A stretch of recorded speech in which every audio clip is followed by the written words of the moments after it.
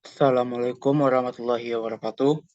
Perkenalkan, nama saya Muhammad Farhan dengan NIM 2107366 dari Prodi Pendidikan Teknik Otomotif, mata kuliah Mekanika Gerak Kendaraan.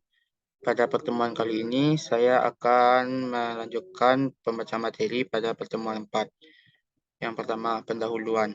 Untuk mempelajari lebih dahulu tentang mekanika gerak kendaraan, terutama jika ingin mengetahui karakteristik kemampuan atau daya guna kendaraan, maka yang pertama perlu diketahui adalah bagaimana kemampuan kendaraan tersebut melakukan akselerasi percepatan dan kemampuannya mengatasi berbagai hambatan gerak di jalan yang bervariasi serta gaya jejaknya.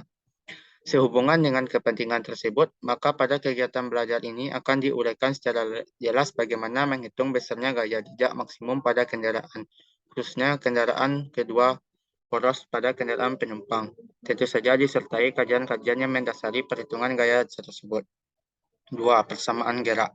Gambar 1 dapat dilihat bahwa pada arah memanjang longitudinal, kendaraan gaya-gaya tersebut meliputi tahanan aerodinamika RA, tahanan gelinding roda depan RRF, tahanan gelinding roda belakang RRR, beban drawbar RJ, tahanan tanjakan RG atau W sin theta, dan gaya-gaya jejak pada roda depan FF dan roda belakang FR.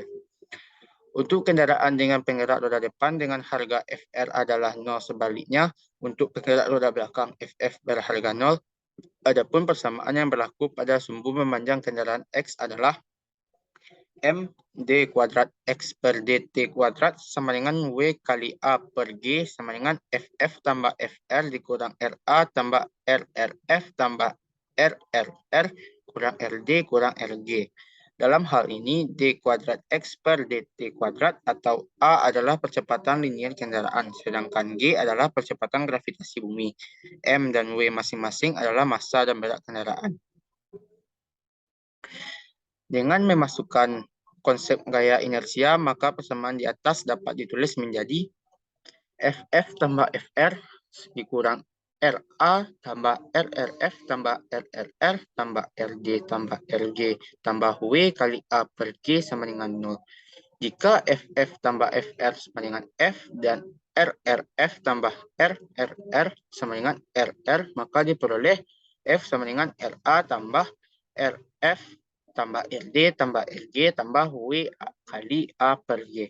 Sebenarnya untuk menentukan gaya jejak maksimum pada kendaraan penumpang ada dua faktor yang perlu ditinjau, yaitu pertama koefisien adisi ban dengan jalan, gaya atau beban normal pada poros-poros kendaraan, dan kedua adalah karakteristik perencanaan tenaga dan transmisi kendaraan, namun faktor kedua ditangguhkan dulu pembahasannya.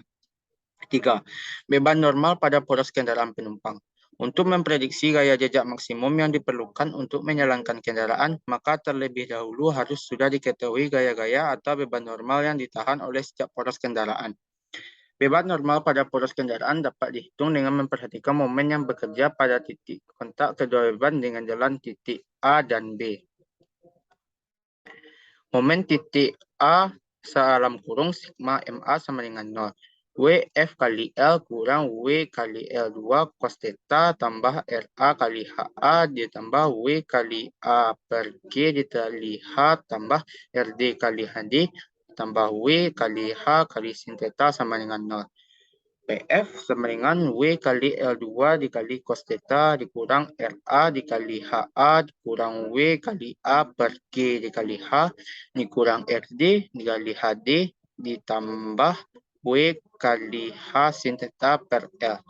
Tanda minus diberikan pada W kali H sin theta ketika kendaraan menanjak dan sebaliknya tanda plus jika menurun. Selanjutnya dengan cara yang sama untuk momen di titik B diperoleh persamaan untuk menentukan besarnya WR sama dengan momen di titik B sigma MB sama dengan 0.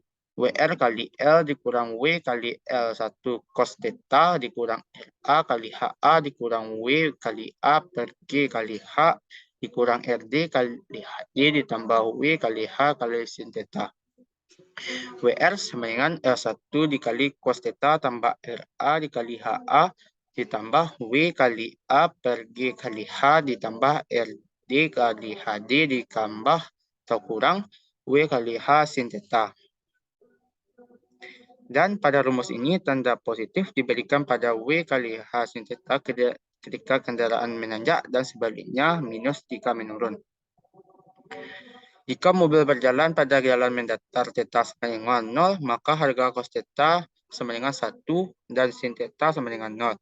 Untuk kendaraan penumpang, biasanya harga dari HA dan HD mendekati H, HA sama dengan HD sama dengan H, maka persamaan di atas dapat disederhanakan menjadi WF sama dengan W kali L2 per L dikurang H per L dalam kurung RA ditambah WA per G ditambah RD.